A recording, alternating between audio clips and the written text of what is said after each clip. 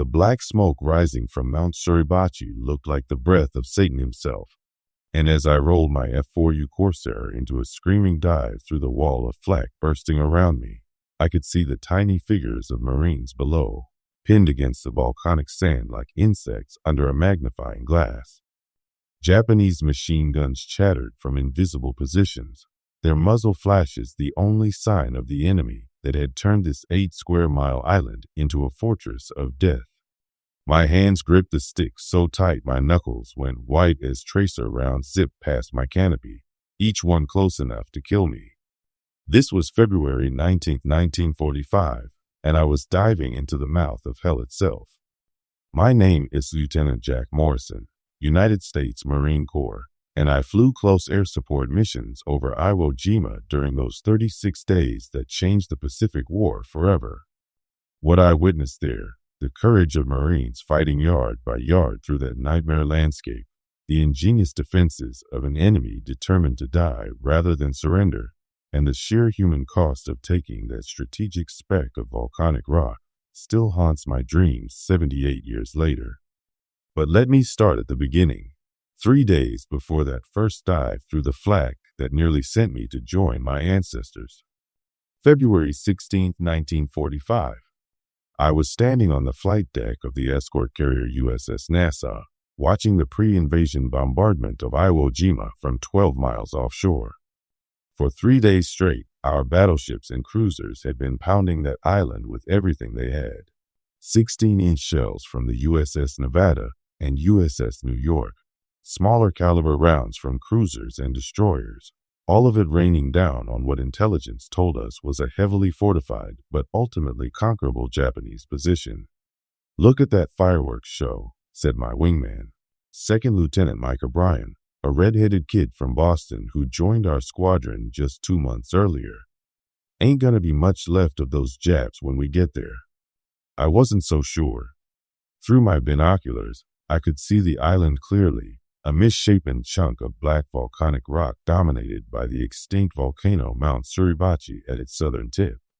The northern end rose into a series of rocky plateaus and ridges that looked like God had taken a sledgehammer to the landscape. Our shells were hitting all right, sending up massive geysers of smoke and debris. But something about the way the smoke seemed to just swallow our bombardment made me uneasy. "Don't count on it, O'Brien," I said, lowering the glasses. "Intelligence says there are 21,000 Japs dug in down there. That's a lot of enemy soldiers for an island you could walk across in 20 minutes. What I didn't know then, what none of us knew, was that the Japanese had spent nearly a year turning Iwo Jima into something unprecedented in the history of warfare. Under the command of General Kuribayashi, they had carved out an underground city of tunnels, bunkers, and caves that stretched for miles beneath the island's surface.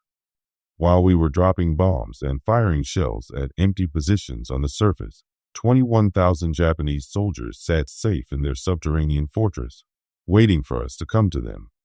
The bombardment looked impressive from our ship, but it was hitting mostly decoy positions and empty ground.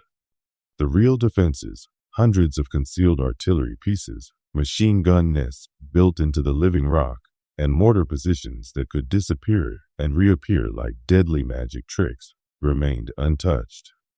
Captain Frank Richardson, our squadron commander, gathered us in the ready room that evening for our final briefing.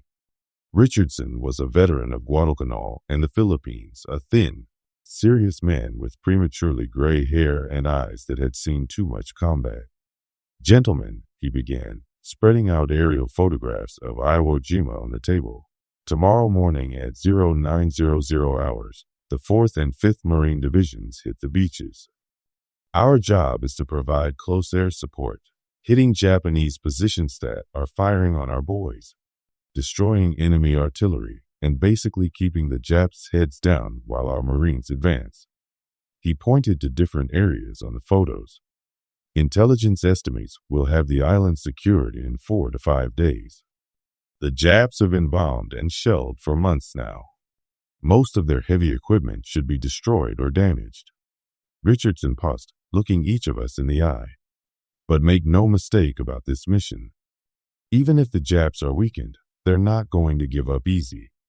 They've had time to dig in, and they're going to fight for every inch of that rock. Stay alert, stay alive, and bring our Marines home. I studied the photographs, trying to memorize every ridge, every potential landing strip, every landmark that might save my life or help me save someone else's. The island looked desolate and barren, like a piece of the moon that had fallen into the Pacific Ocean.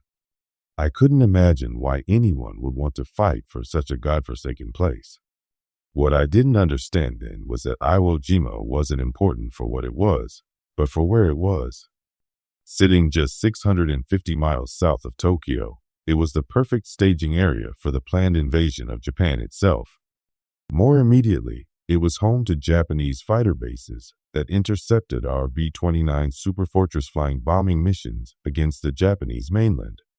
Taking Iwo Jima would eliminate that threat and provide an emergency landing field for damaged bombers returning from Japan. The strategic importance was clear to the generals and admirals.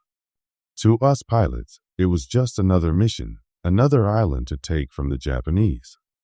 We had no idea we were about to witness one of the bloodiest battles in Marine Corps history. February 19th, 0800 hours. I was strapped into the cockpit of my F4U-1D Corsair, engine warming up, waiting for the signal to launch. The Nassau's flight deck buzzed with activity as mechanics made final checks and ordnance crews loaded rockets and bumps onto our aircraft. My Corsair carried 8 5-inch rockets under the wings and a 500-pound bomb under the fuselage, enough firepower to level a city block if I could hit the right targets. Through my radio headset, I could hear the chatter from the amphibious force approaching Iwo Jima's beaches. Transport ships were lowering their landing craft, Marines were checking their gear one last time, and naval gunfire was still pounding the landing zones. Everything sounded routine, professional, ready. "Blue flight, this is Nassau Control," crackled the voice of the air controller. "You are cleared for takeoff. Good hunting, gentlemen." One by one, our Corsairs roared down the deck and into the morning sky. The weather was perfect, clear skies, light winds, excellent visibility. As we formed up and headed toward Iwo Jima, I could see the invasion fleet spread out below us like a steel city on the ocean. Hundreds of ships, battleships, cruisers, destroyers, transports, landing craft, all focused on that small island ahead. At 0900 hours, the first Marines hit the beaches. For the first hour, everything went according to plan. Our boys landed on the southern beaches without serious opposition, moved inland quickly, and began advancing toward their objectives. From 3,000 feet above, I watched tiny figures in green uniforms spread across the black sand, moving in textbook formation toward the base of Mount Suribachi. "Piece of cake," O'Brien's voice crackled over the radio. "Looks like the bombardment did its job after all."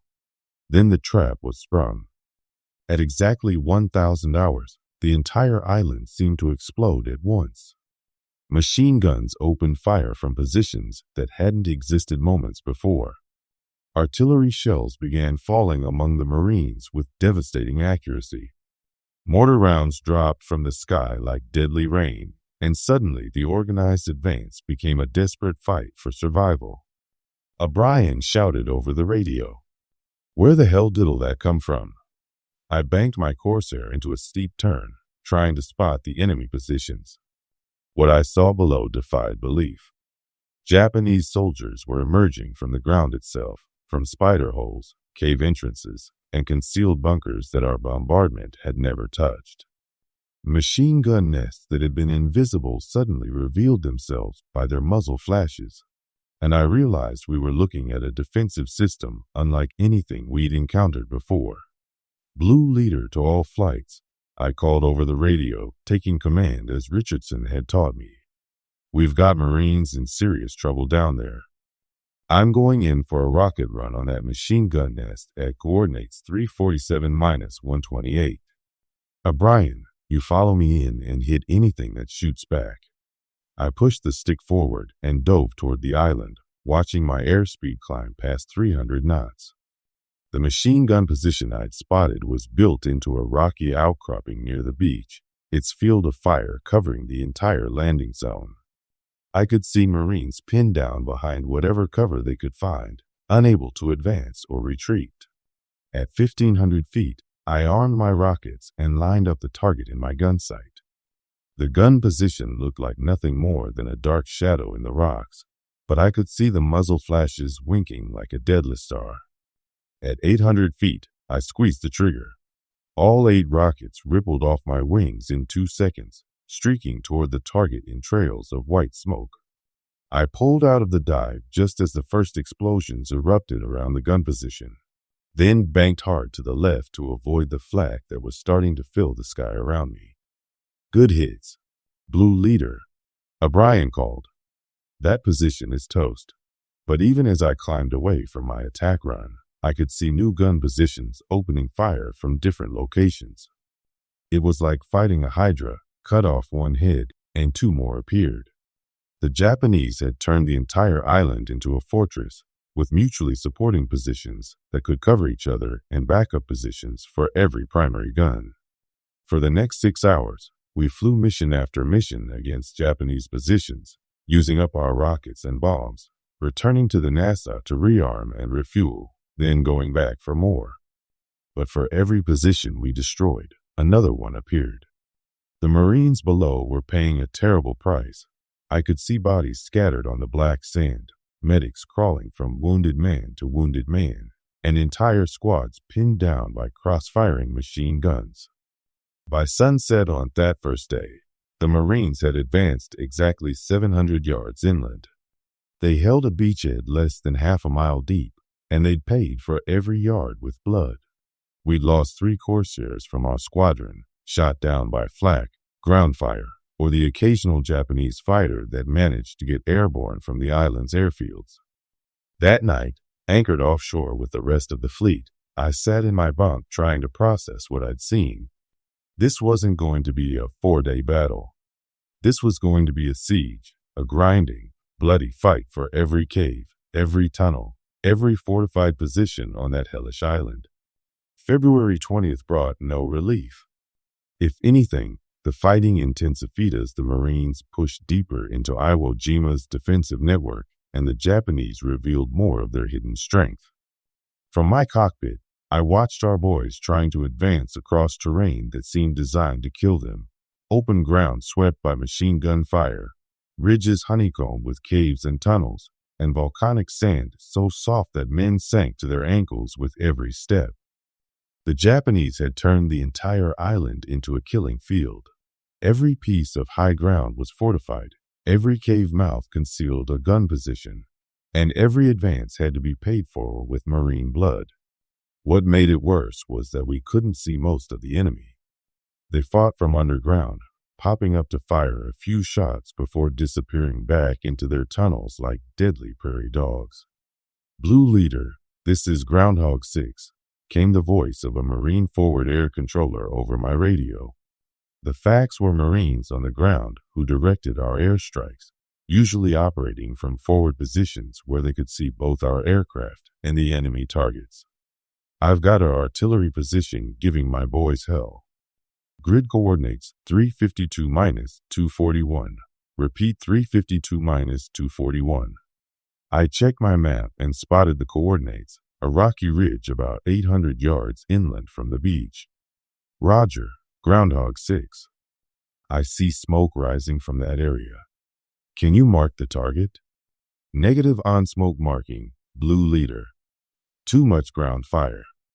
The position is in a cave entrance about halfway up the ridge on the reverse slope. They've been dropping mortars on us for an hour. This was the challenge we faced constantly over Iwo Jima. The Japanese positions were so well concealed and so cleverly positioned that even when we knew approximately where they were, hitting them accurately was nearly impossible. A cave entrance might be only 10 feet wide, hidden in shadow, and protected by tons of solid rock. Miss by 50 feet, and your bombs and rockets had no effect at all. I rolled into a dive, trying to spot the target Groundhog 6 had described. The reverse slope of Therage was a maze of shadows and rock formations, any one of which could hide a gun position. At 2,000 feet, I thought I saw a darker shadow that might be a cave entrance, but I wasn't sure. "Blue leader, I'm going to try something," I called to O'Brien. "I'll make a low pass to draw their fire. You watch for muzzle flashes and hit whatever shoots at me." It was a dangerous plan, but sometimes dangerous was all you had. I dropped down to 500 feet and flew straight at the ridge, offering myself as a target. For a few seconds, nothing happened. Then the entire ridge erupted in gunfire. Machine guns, rifles, and what looked like a small cannon all opened fire at once, filling the air around my Corsair with tracer bullets and small explosions. I jerked the stick left and right, trying to avoid the worst of it while O'Brien lined up his attack run above me. "Tally-ho," O'Brien shouted. "I've got them." Going in hot. His Corsair dove toward the ridge like a hawk stooping on prey, rockets already armed. At the last second, I saw him adjust his aim slightly to the left. Then all 8 of his rockets streaked toward a cave entrance I hadn't even noticed. The explosions were tremendous, not just from O'Brien's rockets, but from secondary explosions inside the cave as his rounds hit stored ammunition or fuel. A ball of orange flame shot out of the cave mouth like dragon's breath, followed by a column of black smoke that rose hundreds of feet into the air. "Outstanding, Blue Leader," Groundhog 6 called over the radio. "That artillery position is history. My boys can move again." But even as we celebrated that small victory, I could see new gun flashes appearing from other positions along the ridge. The Japanese had backup positions for their backup positions, all connected by tunnels that allowed them to move men and weapons quickly from one fight to another. Destroying one position meant nothing if 5 others could take its place. Over the next few days, I began to understand the true genius and horror of General Kuribayashi's defensive plan. Rather than trying to stop the Marines at the beach, a strategy that had failed the Japanese at previous island battles, he had let our boys come ashore and then trapped them in a carefully prepared killing field. Every advance brought the Marines deeper into overlapping fields of fire from positions they couldn't see or reach. The underground fortress was vast and sophisticated. Tunnels connected gun positions that were miles apart, allowing Japanese soldiers to appear, fight, and disappear seemingly at will. Command bunkers were buried so deep that our bombs couldn't touch them. Supply depots were hidden in natural caves that had been enlarged and reinforced. Some positions had multiple levels, with fighting positions on top and living quarters, hospitals, and ammunition storage below. Most frustrating of all, the Japanese had learned from their previous defeats. Instead of launching suicidal banzai charges that would expose them to our superior firepower, they fought a disciplined, methodical defense designed to kill as many Americans as possible before they themselves died. Every position was fight to the death. Every cave had to be cleared with flamethrowers and explosives, and every yard of advance cost Marine lives. February 23, 1945, a date that would become one of the most famous in Marine Corps history, though I didn't know it at the time. For 4 days, the Marines had been fighting to capture Mount Suribachi, the 556-foot volcanic peak that dominated the southern end of Iwo Jima. From the air, it looked like a massive fortress carved from solid rock, its slopes honeycombed with caves and defensive positions. Japanese artillery observers on the summit could see every move our Marines made anywhere on the island, calling down devastating accurate fire on any target of opportunity. Taking Surbachi was essential to securing the beachhead, but it was proving to be a nightmare. The entire mountain was fortified, with tunnels and bunkers built into the volcanic rock itself. Every cave had to be cleared individually, usually by Marines crawling forward with flamethrowers while their buddies provided covering fire. I was flying my 3rd mission of the day when I got the call that changed everything. "Blue Leader, this is Surbachi Control," crackled the voice of another FAC. "We've got a patrol from the 28th Marines near the summit of Surbachi." They're requesting close air support to suppress positions on the north face of the mountain. I looked down at Mount Suribachi, trying to spot the Marine patrol. The mountain looked quiet from my altitude, but I knew that was deceptive. Hidden gun positions could be anywhere among those rocks and shadows. Roger, Surbachi control. I can see the summit, but negative on the Marines. Can you give me a better fix? Stand by, Blue Leader.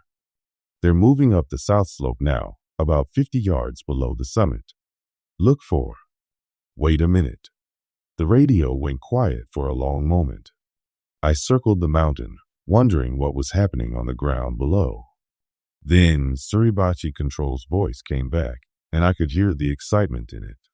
Blue Leader, disregard that close air support request.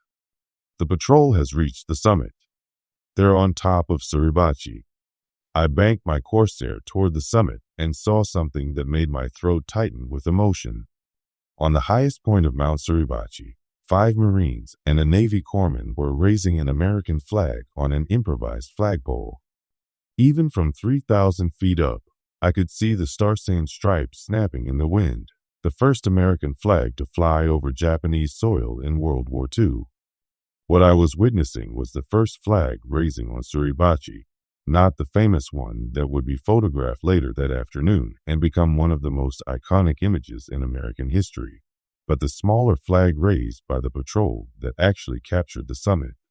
The Marines involved were Second Lieutenant Harold Schreier, Sergeant Ernest Thomas, Sergeant Henry Hansen, Corporal Charles Lindbergh, and Private First Class James Michels, along with Navy pharmacist Mate Second Class John Bradley. The sight of that flag flying over Surbachi sent a wave of emotion through the entire invasion force. Ships' horns began blowing. Marines on the beach cheered and hugged each other, and aircraft buzzed the summit in impromptu victory rolls. For a moment, it seemed like the tide of battle had finally turned in our favor. But even as I watched the flag ceremony, I could see Japanese positions on the north side of Suribachi still firing at Marines below. Taking the summit was a tremendous symbolic victory and a significant tactical advantage, but the mountain itself was far from secure. Hundreds of Japanese soldiers remained alive in the tunnel system beneath our feet, and they would continue fighting from their underground positions for days to come. Still, seeing that flag planted on enemy soil was one of the most powerful moments of my life. It represented everything we were fighting for.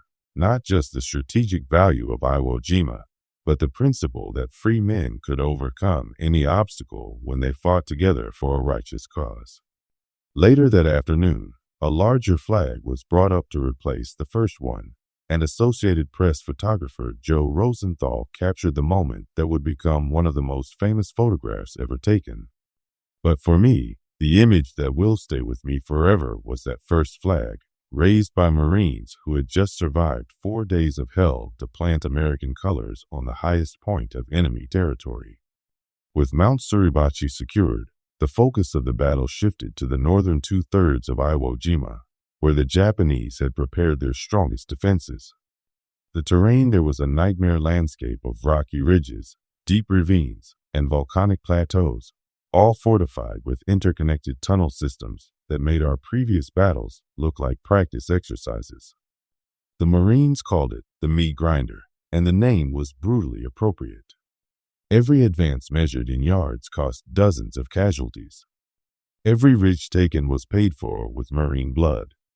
Every cave cleared meant crawling through darkness with flamethrowers and explosives while Japanese soldiers fought to the death just inches away. From my cockpit, I watched the 4th and 5th Marine Divisions grind their way north across that tortured landscape, supported by every aircraft, ship, and artillery piece we could bring to bear. But the Japanese defensive system was so sophisticated that our firepower advantage seemed almost irrelevant. We could destroy individual positions, but we couldn't destroy the network of tunnels that connected them. Kill the defenders in one bunker, and new defenders would emerge from connected positions to take their place. One particular mission sticks in my memory because it showed both the courage of the Marines below and the frustration of trying to support them from the air. March 3, 1945. The 5th Marine Division was trying to capture a ridge that intelligence had designated Hill 362A. It was a rocky promontory that dominated the surrounding terrain, honeycombed with Japanese positions and connected to the main tunnel network by passages that ran deep underground.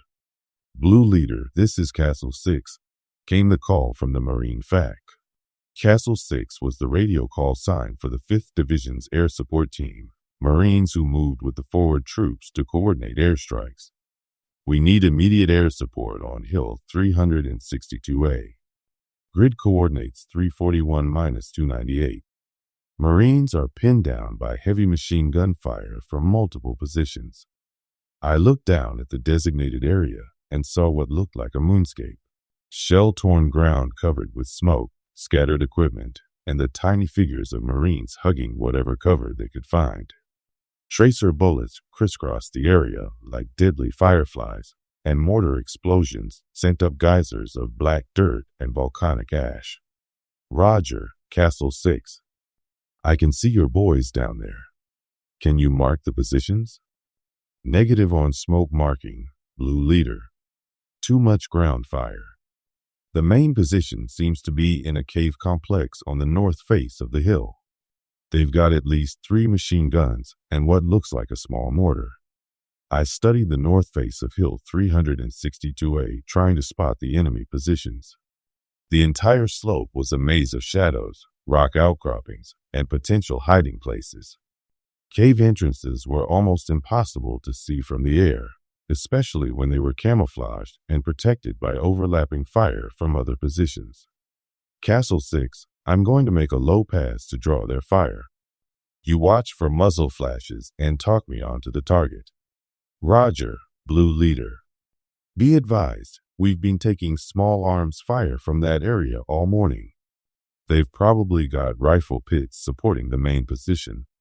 I pushed the stick forward and dove toward Hill 362A at low altitude, deliberately making myself a target. At 500 feet above the ridge, the Japanese took the bait. Machine guns opened fire from at least 4 different positions, their tracer bullets reaching up toward my Corsair like streams of deadly light. I've got them, Blue Leader, Castle 6 called excitedly. Main position is at your 10 o'clock, about halfway up the slope. Secondary positions at your 2 o'clock and 4 o'clock. I pulled up into a climbing turn, armed my rockets, and rolled into an attack run on the main position. At 1,500 feet, I could see the cave entrance clearly, a dark shadow protected by sandbags and camouflage netting. At 800 feet, I fired all 8 rockets in a single salvo. The explosions erupted across the north face of the hill in a line of orange fire and black smoke. Several of my rockets hit the cave entrance directly, sending chunks of rock flying and collapsing part of the entrance. But even as the smoke cleared, I could see muzzle flashes from other positions on the hill. Good hits on the main target, Blue Leader, Castle 6 reported, but we're still taking fire from those secondary positions. This was the pattern repeated thousands of times during the battle for Iwo Jima. We could destroy individual positions, but the Japanese defensive network was so interconnected that destroying one position barely affected the others. New defenders would move up through the tunnels to replace those killed. New weapons would be brought forward from underground supply depots, and the fighting would continue as if nothing had happened. For the Marines on the ground, this meant that every advance was paid for twice, once to take the position and again to hold it against counterattacks from connected tunnels. They fought not just against the defenders they could see, but against an entire underground army that could appear and disappear at will. The final push by the second week of March, it became clear that the Japanese defense of Iwo Jima was unlike anything we had encountered in the Pacific War. General Kuribayashi had abandoned the traditional Japanese strategy of dying gloriously in hopeless banzai charges. Instead, he had created a defensive system designed to kill as many Americans as possible before his own men died. Every position was fortified to withstand direct hits from our heaviest weapons. Every cave was a fortress. Every tunnel was a death trap. The cost was becoming staggering. Marine casualties were climbing past 10,000 men, more than half the strength of the landing force. Some rifle companies were down to 20 or 30 men out of their original strength of 250. The 28th Marines, the regiment that had captured Mount Suribachi, was so shot up that it was barely effective as a fighting unit. But slowly, methodically, the Marines continued their advance. They developed new tactics for dealing with the Japanese tunnel system, using flamethrowers to clear cave entrances, sealing tunnels with explosive charges, and coordinating massive artillery bombardments to suppress enemy fire during critical advances. From the air, I watched our boys fight their way across terrain that looked like the surface of an alien planet. The constant bombardment had stripped away every trace of vegetation, leaving nothing but black volcanic ash, scattered rocks, and the twisted wreckage of destroyed equipment. The ground was so torn up by shell fire that it looked like a giant had taken a garden rake to the entire island. March 16, 1945. The 5th Marine Division was making its final push toward the northern tip of the island, where the last organized Japanese resistance was concentrated in an area the Marines called the Gorge. It was a natural ravine about 800 yards long and 200 yards wide, filled with cave positions, concrete bunkers, and interlocking fields of fire that made it almost impossible to assault. Blue Leader, this is Bulldog 6, came the call from yet another Marine FAC. We need everything you can give us on the gorge. Grid coordinates 348-312 to 351-318. Marines are going in for the final assault, and we need those positions suppressed. I looked down at the designated area and saw what looked like the entrance to hell itself. The gorge was a black scar in the earth, its walls riddled with cave openings and defensive positions. Smoke rose from dozens of fires burning throughout the ravine, and I could see the constant sparkle of muzzle flashes as Japanese defenders fired at advancing Marines. Roger, Bulldog 6. I've got 8 rockets and a 500-pound bomb. Where do you want them? Blue Leader, there's a large cave complex on the north wall of the gorge, about 300 yards in from the eastern entrance.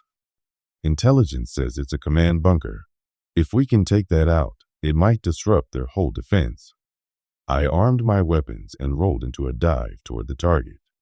The gorge was so filled with smoke and dust that I had trouble spotting individual positions, but I could see the general area Bulldog 6 had described.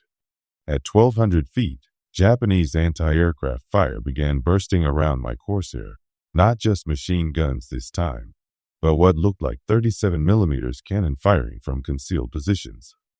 At 800 feet, I spotted the cave complex, a large opening in the north wall of the gorge, partially concealed by camouflage netting but betrayed by the smoke rising from inside. I lined it up in my gun sight and fired all 8 rockets in quick succession, then immediately pulled into a climbing turn to avoid the flak. The rockets impacted across the face of the cliff in a series of brilliant explosions, several hitting the cave entrance directly. But what happened next surprised everyone.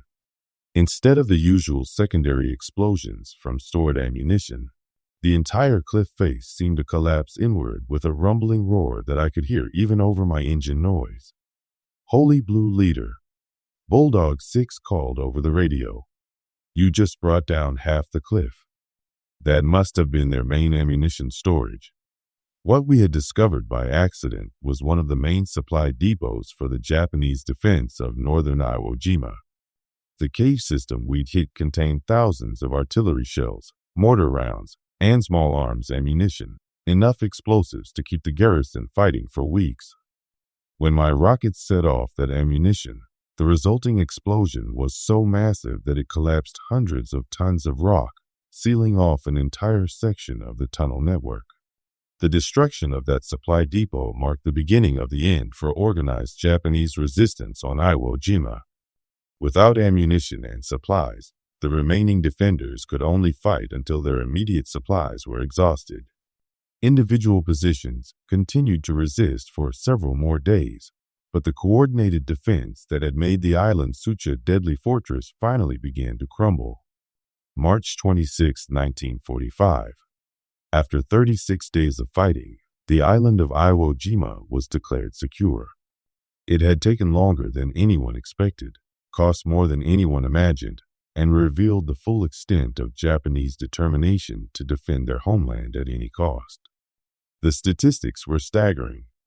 Of the estimated 21,000 Japanese defenders, fewer than 200 survived to be taken prisoner. The rest died in their tunnels and bunkers, fighting to the last man as their commanders had ordered. They had exacted a terrible price for their fanaticism: 6,821 American dead and 19,217 wounded, the highest casualty rate of any Pacific battle. But we had won. Iwo Jima was American soil now, its airfields already being prepared to support B-29 bombing missions against Japan and to provide emergency landing sites for damaged bombers returning from those missions. The strategic value of our victory was immense, even if the cost had been almost unbearable. On that final morning, I flew one last mission over the island, not to attack enemy positions, but simply to see what we had accomplished. From 3,000 feet, Iwo Jima looked like a moonscape, every square yard of ground torn up by shellfire, every building destroyed, every tree stripped away. The black volcanic sand was littered with the debris of war, destroyed vehicles, abandoned equipment, and the scattered remnants of 36 days of hell. But flying over Mount Suribachi, I could see the American flag still flying from the summit, and that sight reminded me why we had fought so hard for this godforsaken piece of rock. It wasn't about the strategic value of the island, though that was important. It wasn't about defeating the Japanese, though we had certainly done that. It was about proving that free men, fighting for a righteous cause, could overcome any obstacle and defeat any enemy, no matter how determined or well prepared.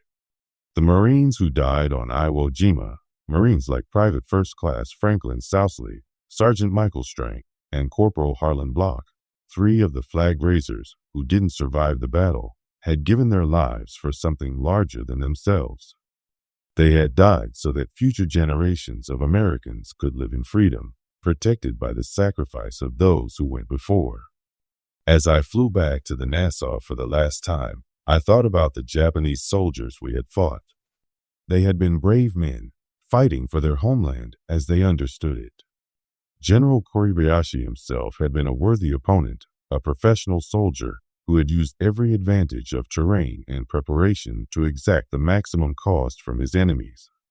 In the end, his strategy had failed, but only because American courage and determination had proved stronger than Japanese fanaticism and defensive skill.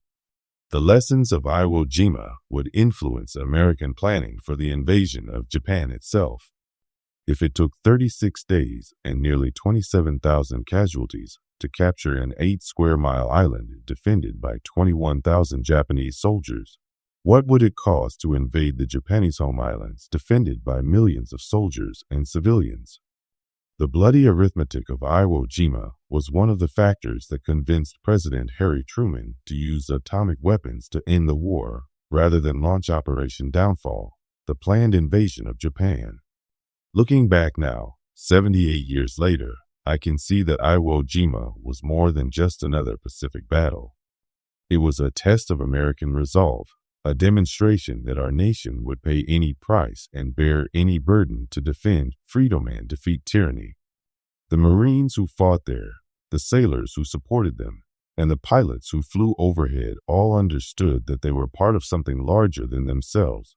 They were links in the chain of liberty that connects every generation of Americans to the founding principles of our nation. The flag that flies over Mount Suribachi today is a symbol of that continuity, a reminder that freedom is not free, and that every generation must be willing to fight for the values that define us as Americans. The men who died on that black volcanic sand did not die in vain. They died so that we could live in freedom, and their sacrifice echoes through every decade since 1945. As I write these words, I can still hear the sound of Corsair engines warming up on a carrier deck, still smell the smoke rising from Mount Suribachi, still see the faces of Marines fighting yard by yard across that hellish landscape. Those memories have stayed with me for nearly 8 decades, as clear and sharp as if they happened yesterday. That is the burden and the privilege of those who survive combat. We carry the memories of our fallen comrades. We remember their courage and their sacrifice, and we ensure that their story is never forgotten. The Battle of Iwo Jima was won not by superior weapons or tactics, but by the courage and determination of ordinary Americans who did extraordinary things when their nation called them to service. They were Marines and sailors, pilots and corpsmen, mechanics and radio operators. Young men from farms and cities across America who answered their country's call and proved that democracy could triumph over tyranny, that freedom was worth any sacrifice, and that American courage was a force more powerful than any fortress the enemy could build. The island of Iwo Jima stands today as a monument to their valor, a reminder that some things are worth dying for, and that the price of liberty is eternal vigilance. When I see our flag flying over American soil, I remember the flag that flew over Mount Suribachi on February 23, 1945, planted there by Marines who had crawled through hell to put it there. That is the legacy of Iwo Jima, not just a strategic victory in the Pacific War, but a testament to the American spirit, a proof that ordinary men can do extraordinary things when they fight for something greater than themselves. As long as Americans remember the lessons of that battle, as long as we honor the sacrifice of those who fell on that black volcanic sand, the victory won at such terrible cost will never be in vain. The battle for Iwo Jima ended on March 26, 1945, but its meaning echoes through generations. Every American who lives in freedom today owes a debt to the Marines who fought and died on that hellish island, proving once again that the tree of liberty must sometimes be watered with the blood of patriots. I was privileged to witness their courage from the cockpit of my Corsair, and I have spent the rest of my life trying to be worthy of the sacrifice they made. That is the burden and the honor of those who survive, to remember, to honor, and to ensure that their story is never forgotten. Semper Fidelis.